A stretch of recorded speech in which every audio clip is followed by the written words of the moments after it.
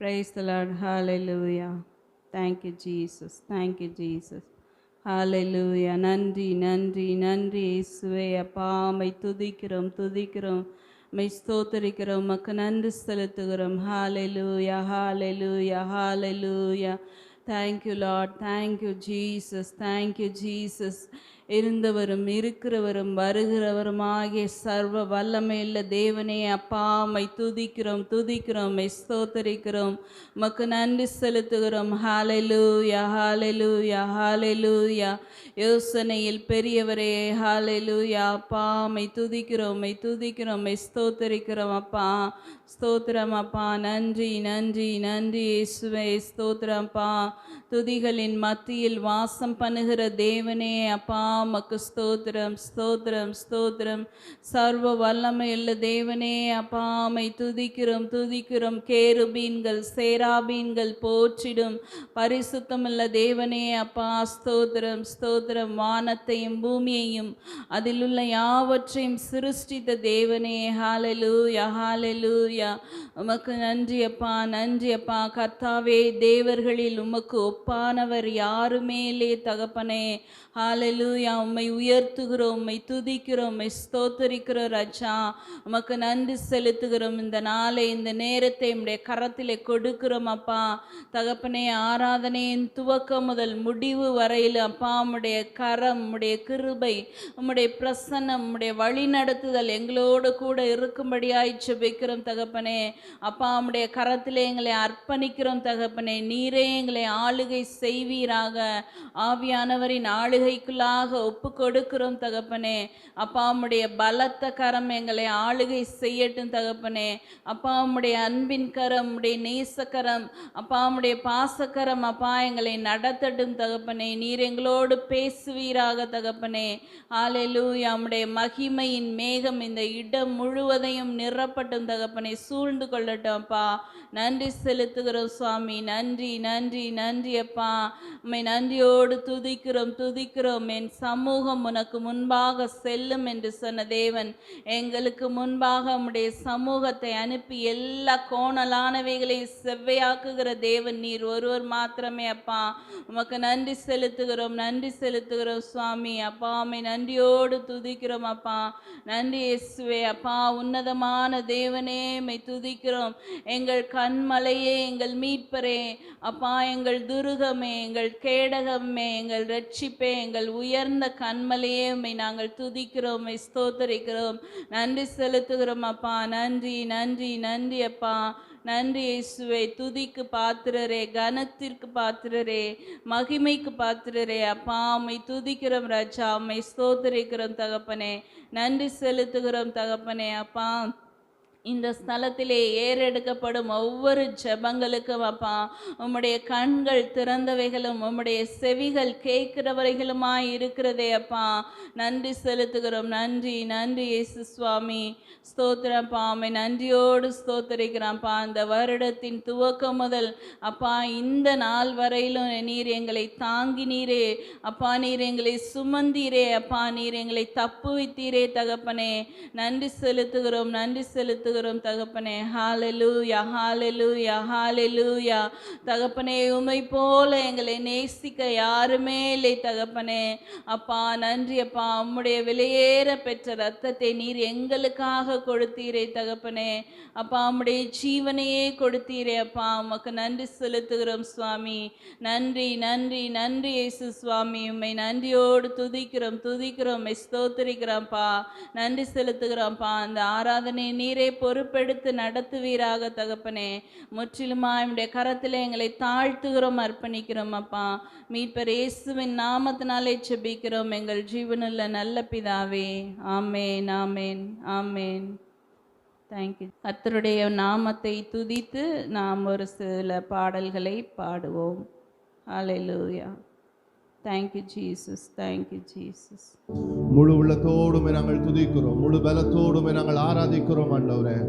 ஹalleluya. இரக்கம் நிறைந்த தேவனே, உம்மை நாங்கள் ஸ்தோத்திரிக்கிறோம், உம்மை நாங்கள் ஸ்தோத்திரிக்கிறோம் ராஜா. பரிசுத்தரே, உம்மை நாங்கள் ஆராதிக்கிறோம் ஆண்டவரே. பரிசுத்தமுள்ள தேவனே, உம்மை நாங்கள் ஆராதிக்கிறோம். ஹalleluya ஹalleluya ஹalleluya ஹalleluya Hallelujah. ஓ நாங்கள் நன்றியோடு ஸ்தோத்திரிக்கிறோம் ஸ்தோத்திரிக்கிறோம் ஸ்தோத்திரிக்கிறோம் அப்பா.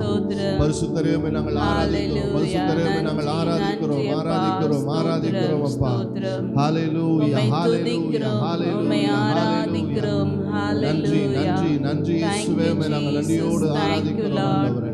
Thank you Lord. Hallelujah. Thank you Jesus. Hallelujah. Hallelujah. Nandri. Oh Rabba Shahadana Manadi Antara Bolakara Bala Shahadana Manadi Antara. Thank you Jesus. மனதியோடு நாங்கள் ஸ்தோத்திரிக்கிறோம். எல்லாரும் கொஞ்ச நேரம் ஆண்டவரை உயர்த்தி நம்ம ஸ்தோத்திரம் பண்ணுவோம். நன்றி அப்பா. ஸ்தோத்திரம் ஸ்தோத்திரம் ஸ்தோத்திரம். Hallelujah. Hallelujah. நன்றி இயேசுப்பா. ஸ்தோத்திரம் ஸ்தோத்திரம். நீர் எங்களுக்கு செய்த எல்லா நன்மைகளுக்காகவும் நன்றி செலுத்துகிறோம் அப்பா. நன்றி நன்றி நன்றி தகப்பனே. ஹalleluya hallelujah hallelujah hallelujah. Thank you Jesus. Hallelujah.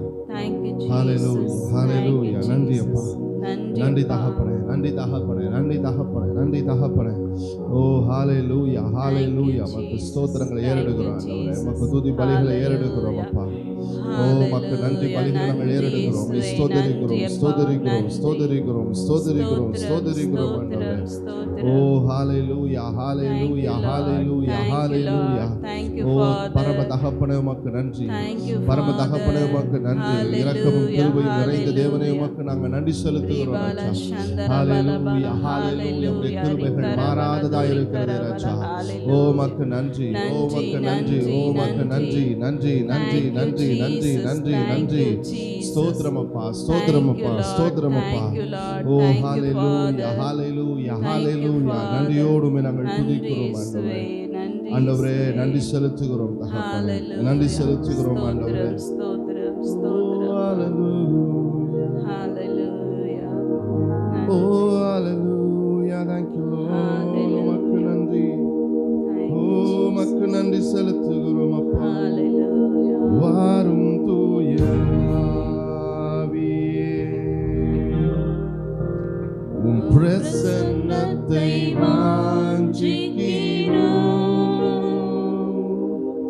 உம் வல்லமையால் எம்மை நீரைத்து நீரா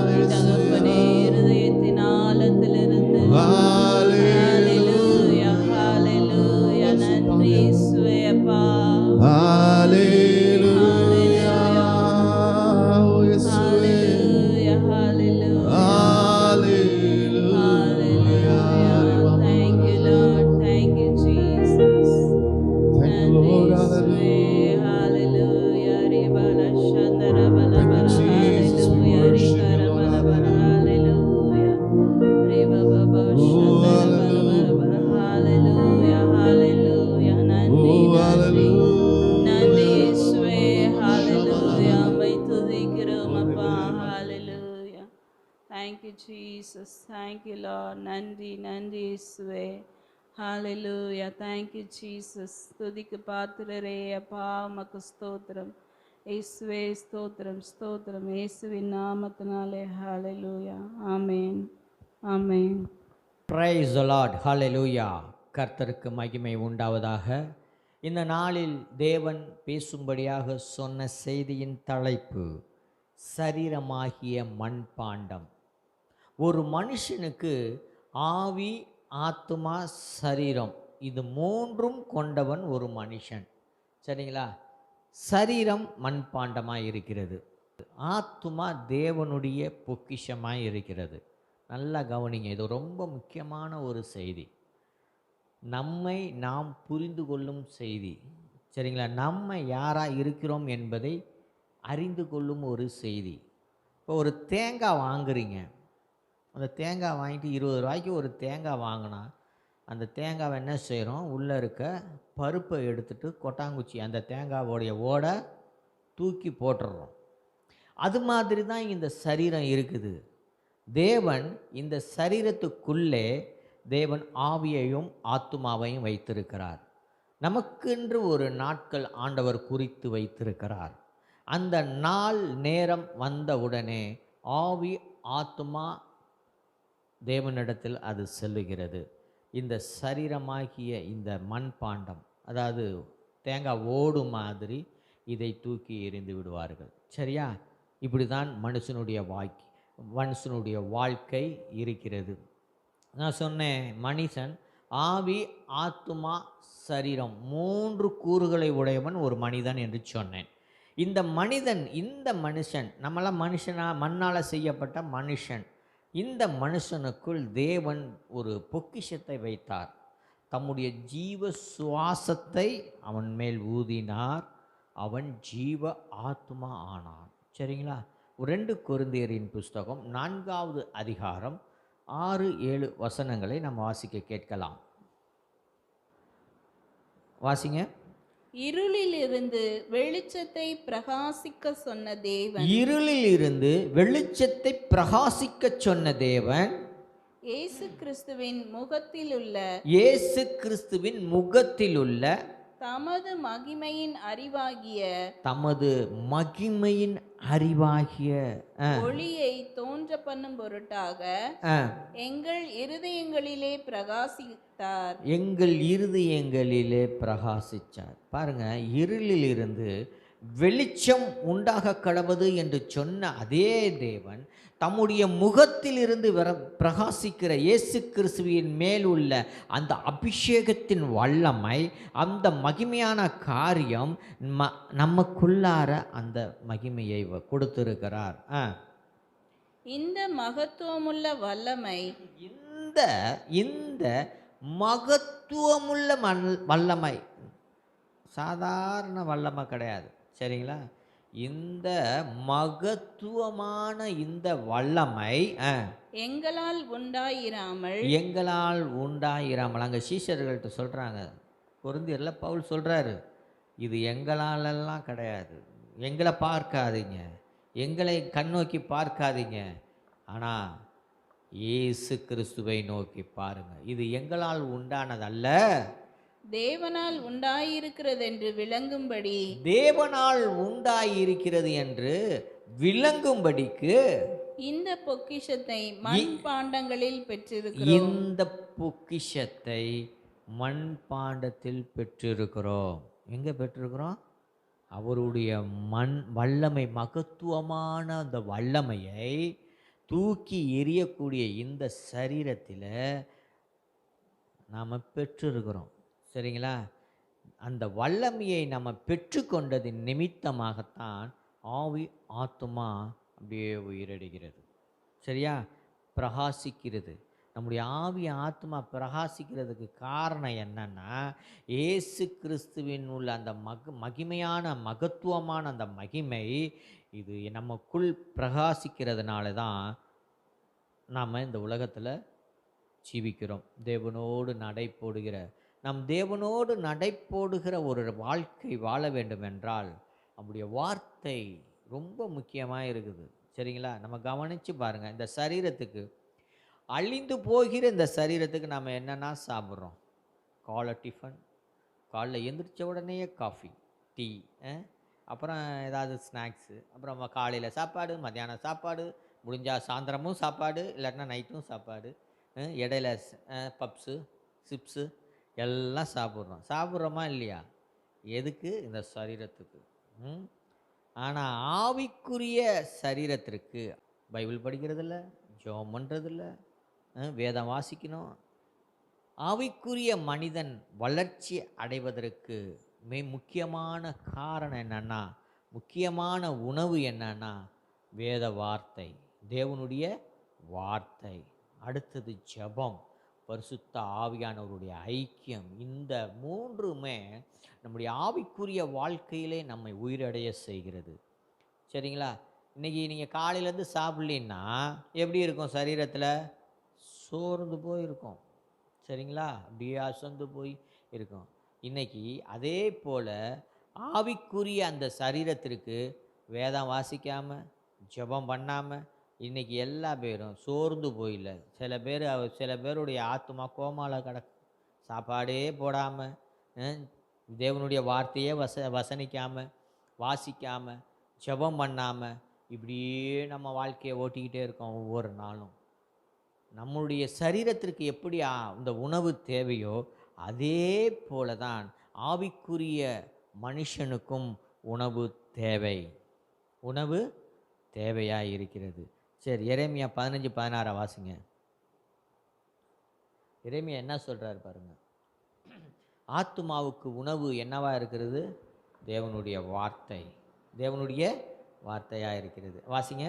உம்முடைய வார்த்தைகள் கிடைத்த உடனே. அப்ப எரேமியா சொல்றாரு, உம்முடைய வார்த்தை கிடைத்த உடனே அவைகளை உட்கொண்டேன். அவைகளை உட்கொண்டேன்னு சொல்றாரு. எப்படி சொல்றாரு? அது எனக்கு என்ன செய்யுது? நல்லா இருக்கு. உம்முடைய வார்த்தை கிடைத்த உடனே நான் அதை உட்கொண்டேன். உம்முடைய வார்த்தைகள் எனக்கு சந்தோஷமும் என் இருதயத்துக்கு மகிழ்ச்சியுமாய் இருந்தது. உம்முடைய வார்த்தைகள் கிடைச்ச உடனே அந்த வார்த்தையை நான் சாப்பிட்டேன். அது என்ன செய்ய? இருதயத்துக்கு எனக்கு சந்தோஷமும். எனக்கு சந்தோஷம். வார்த்தை கிடைச்ச உடனே எனக்கு சந்தோஷம். ஒரு வார்த்தையை கொடுத்துட்டு அப்படி தான் நான் சில நேரங்களில் சந்தோஷப்படுவேன். சோர்ந்து போய் இருப்பேன், ஏன்னா அப்படியே உட்காந்துருப்பேன். ஏதாவது நான் பார்க்கலாம் அப்படின்ட்டு ஏதாவது வசனத்தை வாசித்துக்கிட்டு இருக்கும்போது ஒரு வார்த்தை அப்படியே என்னோடு பேசி கொண்டு வரும். இந்த வார்த்தை கிடச்சுன்னா ஆண்டவர் எவ்வளோ அழகாக பேசுகிறாரு அப்படின்னு சொல்லி இந்த செய்தியில் ஏதாவது உங்களுடைய வார்த்தைகளை குறித்து நான் பேச வேண்டும், நீங்கள் என்ன சொல்கிறீங்க அப்படின்னு கேட்டுக்கிட்டு இருக்கிறப்ப என்னோட பேசுங்க அப்படின்ட்டு நான் படுத்துட்டேன். நைட்டு காலையில் எழுந்த உடனே தேவன் ஒரு சம்பவத்தை குறித்து ஒரு உவமையை நீ சொல்ல வேண்டும் என்று ஆண்டவர் சொன்னார். சரிங்களா? அதை சொல்கிறேன் பாருங்கள். எரேமியா சொல்கிறாரு, உங்களுடைய வார்த்தைகள் கிடைத்த உடனே அது எனக்கு என்ன செஞ்ச? முதல்ல எனக்கு மகிழ்ச்சியாக இருந்தது. அடுத்தது என் இருதயத்துக்கு எனக்கு சந்தோஷமும் என் இருதயத்துக்கு மகிழ்ச்சியுமாய் இருந்தது. இருதயத்துக்கு மகிழ்ச்சி. தேவனுடைய வார்த்தை நம்முடைய இருதயத்துக்கு மகிழ்ச்சி கொடுக்குது.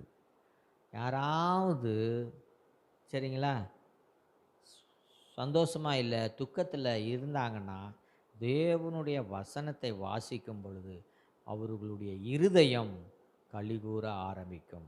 யோவான் 4:34 வாசிங்க. இயேசு என்ன சொல்கிறார்? எரேமியா சொன்னார், உங்களுடைய வார்த்தை கிடைத்த உடனே நான் அதை உட்கொண்டேன். அது எனக்கு சந்தோஷமாக இருந்துச்சு, என் இருதயத்துக்கு மகிழ்ச்சியாக இருந்துச்சு. சரியா?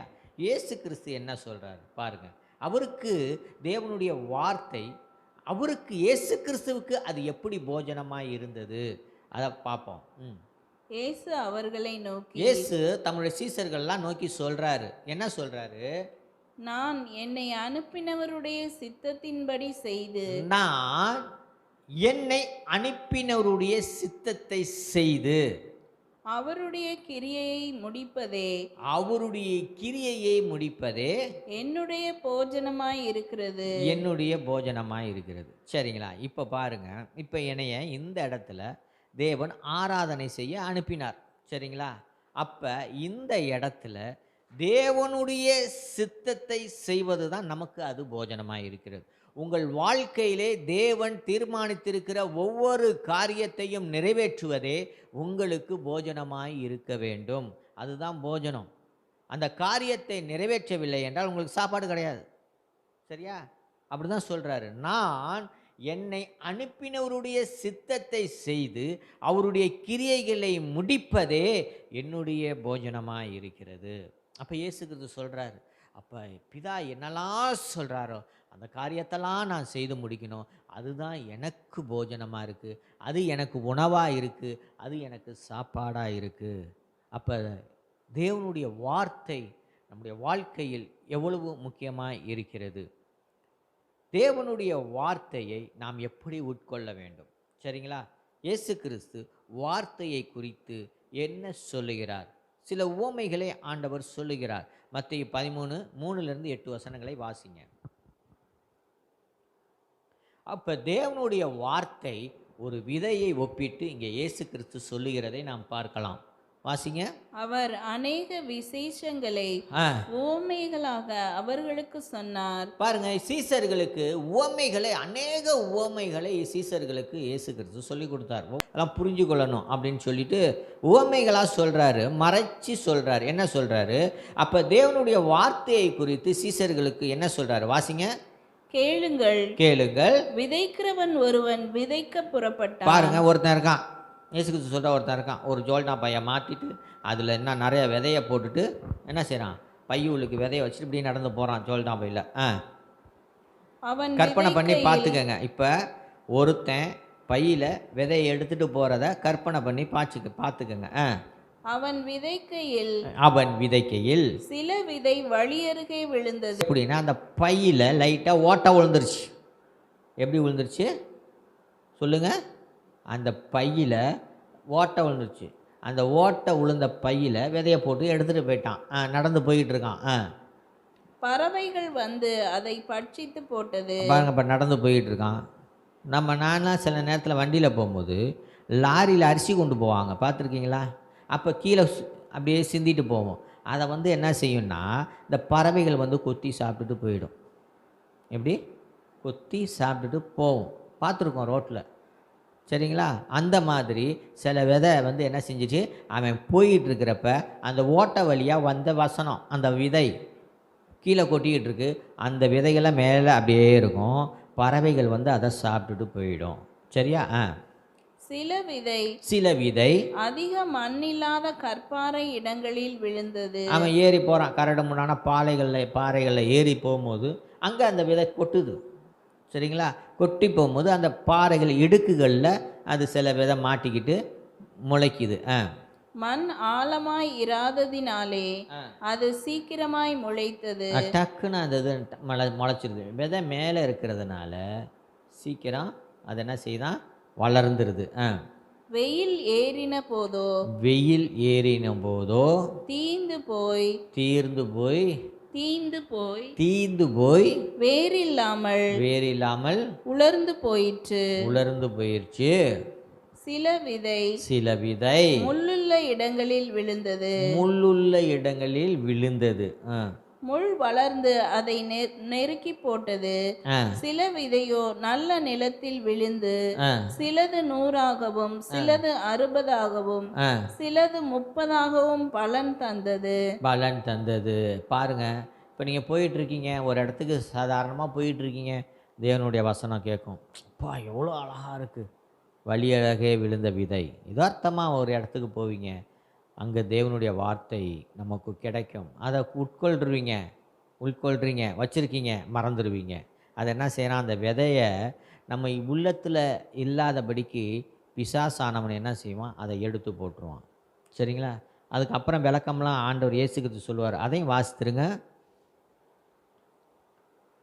கேட்கிறதற்கு காதுள்ளவன் கேட்க கடவன் என்றார்.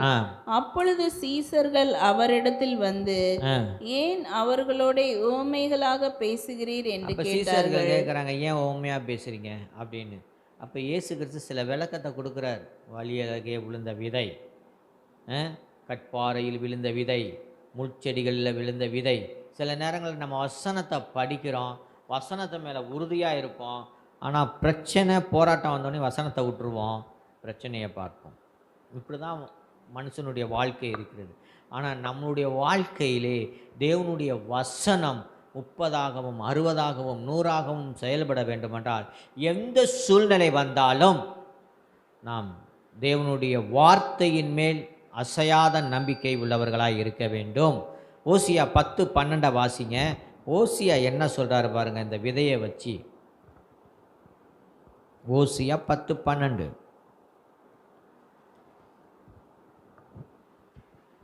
நீங்கள் நீதிக்கென்று விதை விதையுங்கள். நீங்கள் நீதிக்கென்று விதை விதையுங்கள். இந்த வசனத்தை நாம் எதற்காக நாம் உட்கொள்ள வேண்டும்? நாம் நீதியை நிலைநாட்டுவதற்கு இந்த வசனங்கள் நமக்கு தெரிந்திருக்க வேண்டும். சரிங்களா? நான் எதுக்கு நிலைநாட்ட வேண்டும்?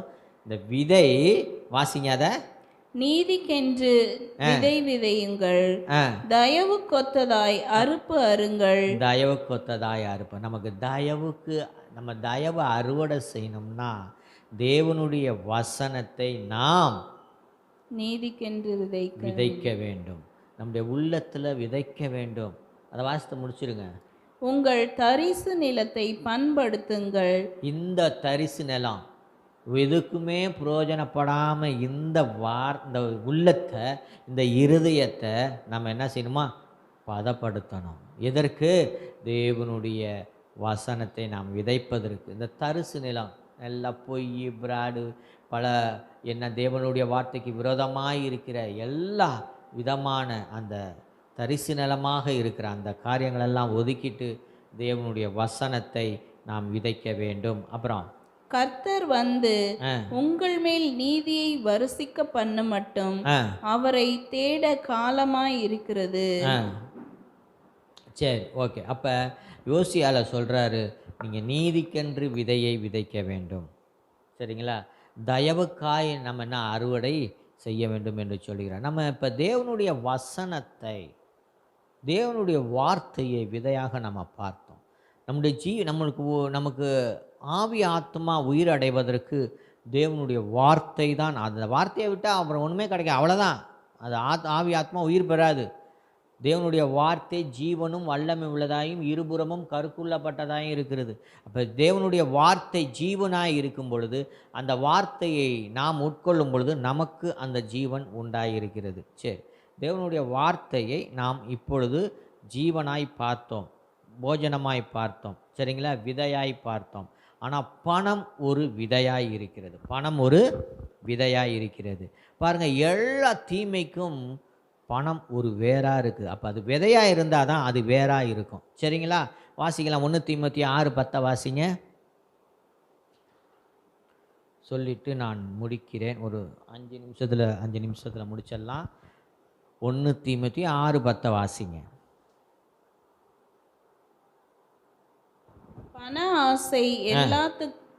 பண ஆசை எல்லா தீமைக்கும் வேறாய் இருக்கிறது. பண ஆசை எல்லா தீமைக்கும் வேறா இருக்குது. இன்னைக்கு பணம் எல்லாத்தையும் போட்டு ஆட்டி படைக்குது. சரிங்களா? ஒரு நாளைக்கு ஒருத்தன் பணத்தை எவ்வளோ சிக்க முடியும்? பணத்தை சாப்பிடவே முடியாது. நீங்கள் இந்த பணத்தை சம்பாதிக்கணும்னு என்னென்னா காரியம் செய்யணுமோ அவ்வளோ காரியம் செய்கிறாங்க. எல்லா தீமைக்கும் வேறாய் இருப்பது பணம் என்று சொல்லுகிறார். தேவனுடைய வார்த்தை இப்படிதான் சொல்லுகிறது. எல்லா தீமைக்கும் பணம் வேறாக இருக்குதான். அப்போ வேறாக இருந்துச்சுன்னா அப்போ அவன் வளரும் பொழுது எல்லாமே என்ன இருக்கும்? தீங்காக தான் இருக்கும். சரிங்களா? எல்லா தீமைக்கும் பணம் வேறாக இருக்குது. சரி, அப்போ இருக்கும் பொழுது அப்போ பணத்தை சம்பாதிப்பதற்கு என்னென்னமோ காரியங்களை தவறுகள் செய்கிறான். பணம் இந்த வாழ்க்கையில் நம்ம வாழ்வதற்கு பணம் ரொம்ப முக்கியம். பணம் இல்லாமல் நம்ம வாழ முடியுமா? வாழ முடியாது. பணம் இல்லாமல் எதையுமே நம்ம செய்ய முடியாது. ஆனால் அது தீமையான காரியங்களுக்கு செய்யும் பொழுது அந்த பணம் வேறாக இருக்கிறது. ஒரு காரியத்தை சொல்கிறேன் பாருங்கள், நல்லா கவனிங்க. இன்றைக்கி நமக்கு தேவன் கொடுத்துருக்கிறார். என்ன கொடுத்துருக்கிறாரு? ரட்சிப்பு கொடுத்துருக்கிறாரு. ரட்சிப்புக்கு நம்ம பணம் கொடுத்தோமா? பணம் கொடுத்து யாரும் வாங்கினீங்களா ரட்சிப்பை? கிடையாது. பாருங்கள், ரட்சிப்பு இலவசம். நம்மை மீட்டெடுத்தது இலவசம். இயேசு கிறிஸ்து கிரயம் செலுத்தி தான் நம்மளை மீட்டெடுத்தார். அவர் கிரயம் செலுத்திட்டார், அது நமக்கு இலவசமாக கொடுத்தாரு. நமக்கு சுகம் கிடைப்பது வியாதியிலிருந்து விடுதலை கிடைப்பது இலவசம், பரலோகம் இலவசம், நித்திய ஜீவன் இலவசம்.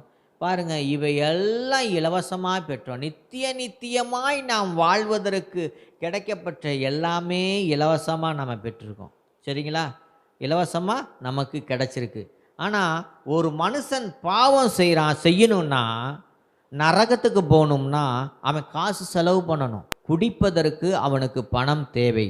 பீடி சிகரெட்டு குடிப்பதற்கு அவன் விலை கொடுத்து வாங்கி தான் குடிக்க முடியும். ஊழியத்தை கெடுப்பதற்கு பணம். சரிங்களா? இப்படி தன்னுடைய வாழ்க்கை முழுவதும் அழைத்து கொள்வதற்கு அவன் பணம் செலவு செய்து தன்னை கெடுத்துக்கிறான். பணம் கொடுத்து அவன் நரகத்துக்கு போகிறான். சரிங்களா? அப்போ எல்லா தீமைக்கும் வேறாக இருப்பது என்ன?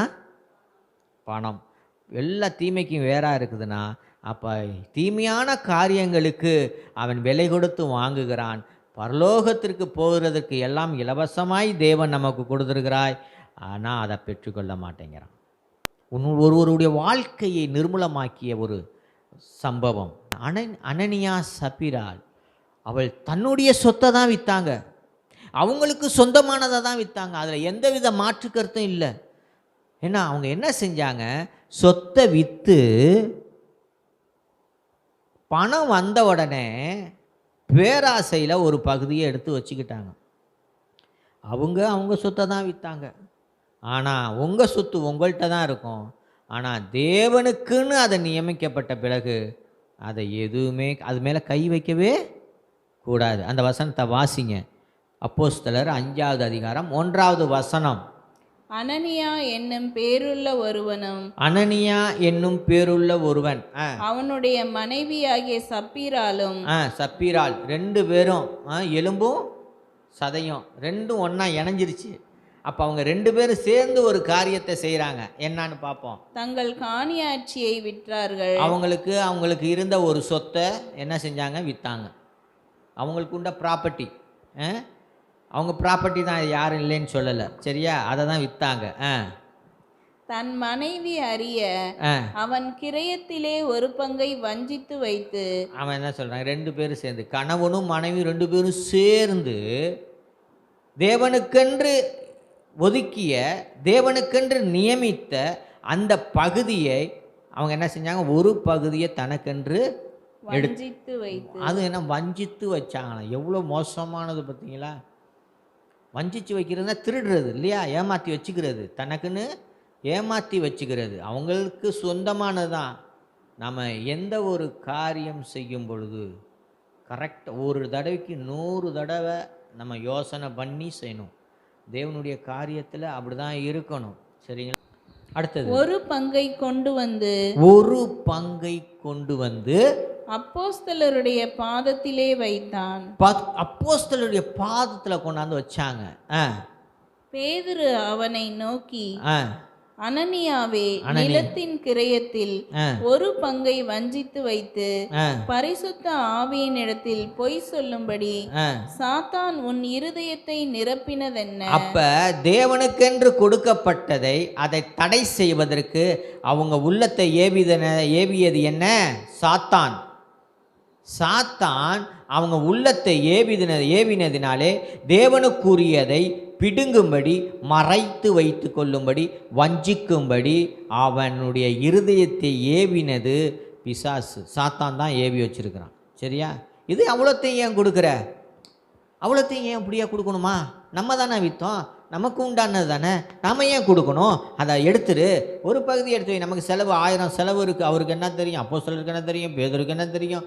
எல்லாம் வாஸ்தவம். ஆனால் ஒரு தீர்மானம், தேவனுக்கென்று நீங்கள் எடுக்கும் தீர்மானம், அந்த தீர்மானத்தில் உறுதியாய் நிலை நிற்க வேண்டும். தீர்மானத்தை மீறினீங்க அப்படின்னா அனனியா சப்பீராளுக்கு நடந்த அதே சம்பவங்கள் நிச்சயம் நடக்கும். சரியா? தேவனுடைய காரியத்தில் மிகுந்த ஜாக்கிரதையாய் நாம் நடந்து கொள்ள வேண்டும். ஓகேவா? சரி. அதை விற்கும் முன்னே அது உன்னுடையதாய் இருக்கவில்லையோ? பேதுரு கேட்கிறாரு அனனியா பார்த்து, உன் சொத்தை தான் வித்த. அது விற்கிறதுக்கு முன்னாடி ஒன்று தான், வேற யாருதா இல்லை, உன் சொத்தை தான் நீ வித்த. விற்க முன்னே அது ஒன்று தான். ஆனால் விற்றதுக்கு அப்புறம் நீ அதை வஞ்சிச்சு வச்சுக்கிறது, உன் பிசாசு உன் இருதயத்தை ஏவினது என்ன? சரியா? அது தப்பு அப்படின்னு சொல்றாரு. அதை விற்ற பின்பும் அதன் கிரயம் உன் வசத்தில் இருக்கவில்லையோ? பாருங்க, அப்ப சொல்றாரு, நீ எல்லாத்தையும் வித்துட்ட, எல்லா பணமும் உன்கிட்ட தான் இருக்கு. அப்ப நீ ஒரு தீர்மானம் எடுத்திருக்கணும். ஆண்டவரே, பாதி பணத்தை உமக்கு கொடுத்துட்றேன், பாதி பணம் எனக்கு இருக்கட்டும். ஏன்னா எனக்கு செலவுக்கு இருக்கு, பல செலவுகள் இருக்கு, பல தேவைகள் இருக்கு. அதனால பாதி பணத்தை நான் கொடுத்துட்றேன், பாதி பணத்தை நான் வச்சுக்கிறேன்னு ஒரு தீர்மானம் பண்ணியிருந்தா அனனியா அன்னைக்கு செத்துருக்க மாட்டார். வாசிங்க. நீ உன் இருதயத்திலே இப்படிப்பட்ட எண்ணம் கொண்டதென்ன? நீ மனுஷரிடத்தில் அல்ல தேவனிடத்தில் பொய் சொன்னாய் என்றான். அங்க இருந்தது அப்போஸ்தலனாகிய பேதுரு.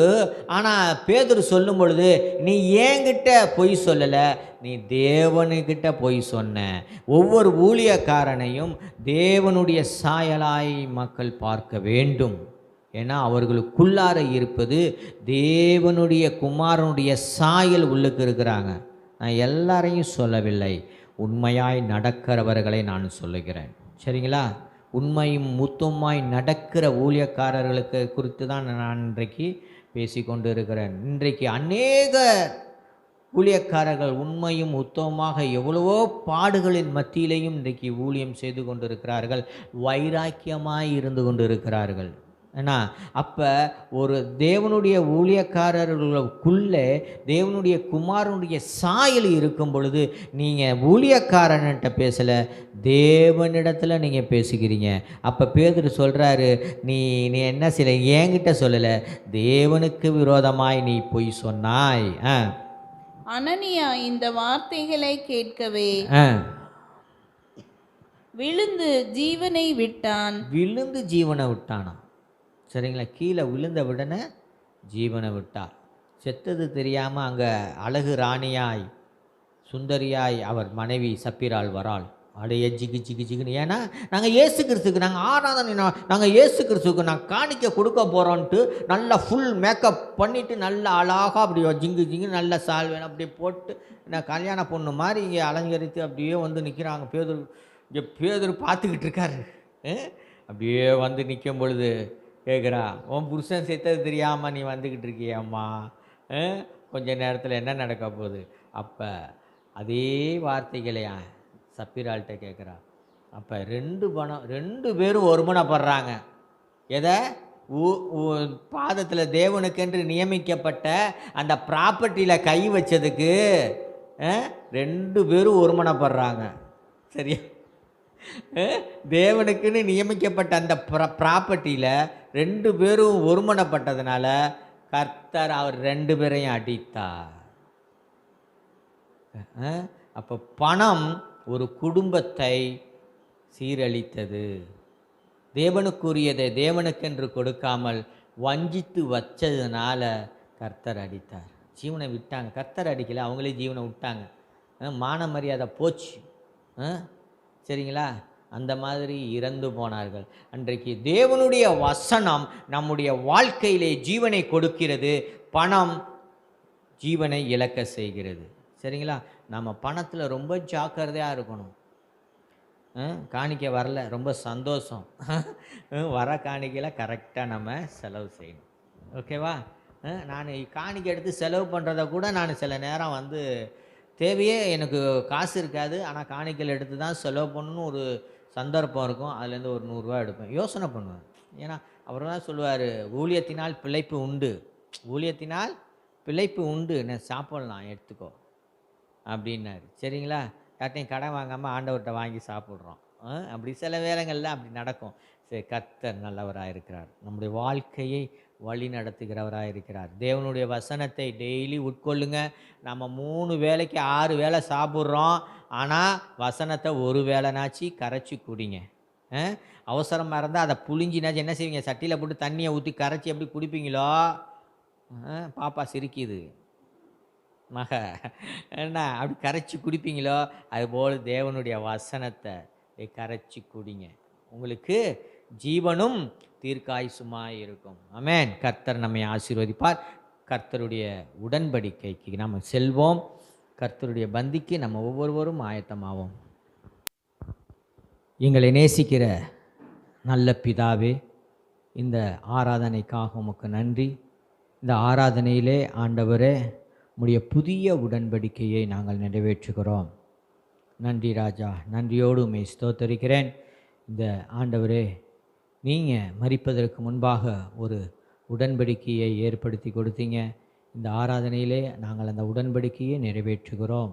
தகப்பனே, பரிசுத்தவான்களுடைய சுதந்திரத்தில் பங்கடைவை செய்வதற்கு எங்களை தகுதி உள்ளவர்களாக ஆக்கினீர் ஆண்டவரே. இருளின் அதிகாரத்தில் இருந்த எங்களை விடுதலையாக்கி குமாரனுடைய ராஜ்யத்திற்கு உட்படுத்தினவருமாய் இருக்கிற பிதாவை இந்த நேரத்தில் நாங்கள் ஸ்தோத்தரிக்கிறோம். தகப்பனே, இயேசு கிறிஸ்துவின் மாம்சத்தின் திரையின் வழியாக எங்களை மகா பரிசுத்த ஸ்தலத்திற்குள் அழைத்து வந்தமைக்காக உமக்கு நன்றி செலுத்துகிறேன். என் மாம்சத்தை புசித்து என் இரத்தத்தை பானம் பண்ணுகிறவனுக்கு நித்திய ஜீவன் உண்டு. நான் அவனை கடைசி நாளில் எழுப்புவேன். என் மாம்சம் மெய்யான போஜனமாய் இருக்கிறது, என் இரத்தம் மெய்யான பானமாய் இருக்கிறது. என் மாம்சத்தை புசித்து என் இரத்தத்தை பானம் பண்ணுகிறவன் என்னிலே நிலைத்திருக்கிறான், நானும் அவனில் நிலைத்திருக்கிறேன் என்று சொன்னீங்க. இதோ உம்முடைய சரீரம் அப்பா, உம்முடைய சரீரத்தை இப்பொழுது நாங்கள் புசிக்கிறோம். இதோ உம்முடைய இரத்தம், உம்முடைய இரத்தத்தை இப்பொழுது நாங்கள் பானம் பண்ணுகிறோம்.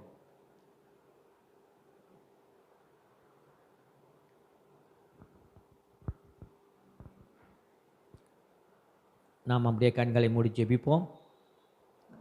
எங்களை நேசிக்கிற ஜீவனுள்ள எங்கள் அன்பின் பரலோக பிதாவே, இந்த நாளில் ஆண்டவரே ஆராதனையை நீங்கள் நடத்தி கொடுத்தீங்க. பரிசுத்த ஆவியானவர் ஆளுகை செய்தீங்க. உயிர்த்தெழுந்த இயேசு கிறிஸ்து எங்கள் மத்தியிலே நடை போட்டீங்க. உமக்கு கொடான கோடி நன்றி செலுத்துகிறேன். நாங்கள் ஆண்டவரே உடைய வார்த்தையை உட்கொள்கிற ஒரு அனுபவத்தை எங்களுக்கு கொடுங்க ஆண்டவரே. நீங்கள் சொல்லியிருக்கீங்க பண ஆசை எல்லா தீமைக்கும் வேறாக இருக்குதுன்னு. ஆமாம் ஆண்டவரே, அந்த காரியத்தை குறித்து நீங்கள் தெரிவிச்சிங்க. நாங்கள் ஜாக்கிரதை உள்ளவர்களாக நீதி உள்ள வாழ்க்கை வாழ்வதற்கு உம்முடைய வசனத்தை நாங்கள் விதைக்கிறோம். நீதியை அறுவடை செய்வதற்கு உம்முடைய வசனத்தை நாங்கள் ஆண்டவரே விதைக்கிறோம் அப்பா. ஜீவனுள்ள உம்முடைய வார்த்தைகளுக்காக நன்றி செலுத்துகிறோம். உடைய வார்த்தையை நாங்கள் நேசிக்கிறோம் அப்பா. நன்றி செலுத்துகிறேன், ஸ்தோத்தரிக்கிறேன், துதிக்கிறேன். ஆண்டவரே, புதிய மாதத்துக்குள் எங்களை வழிநடத்தி செல்கிறீங்க. கடந்த வாரத்தில் நடந்த ஒரு பெரிய ஒரு விபத்திலிருந்து எங்களை என்னையவும் என் மனைவியவும் நீங்கள் பாதுகாத்ததுக்காக இந்த நேரத்தில் நாங்கள் நன்றி செலுத்துகிறேன். அந்த விபத்திலிருந்து எங்களை முழுமையாக விடுதலையாக்கி பாதுகாத்தீங்க. உடைய கரம் கிருபை எங்களோடு இருந்ததுக்காக நன்றி செலுத்துகிறோம் அப்பா.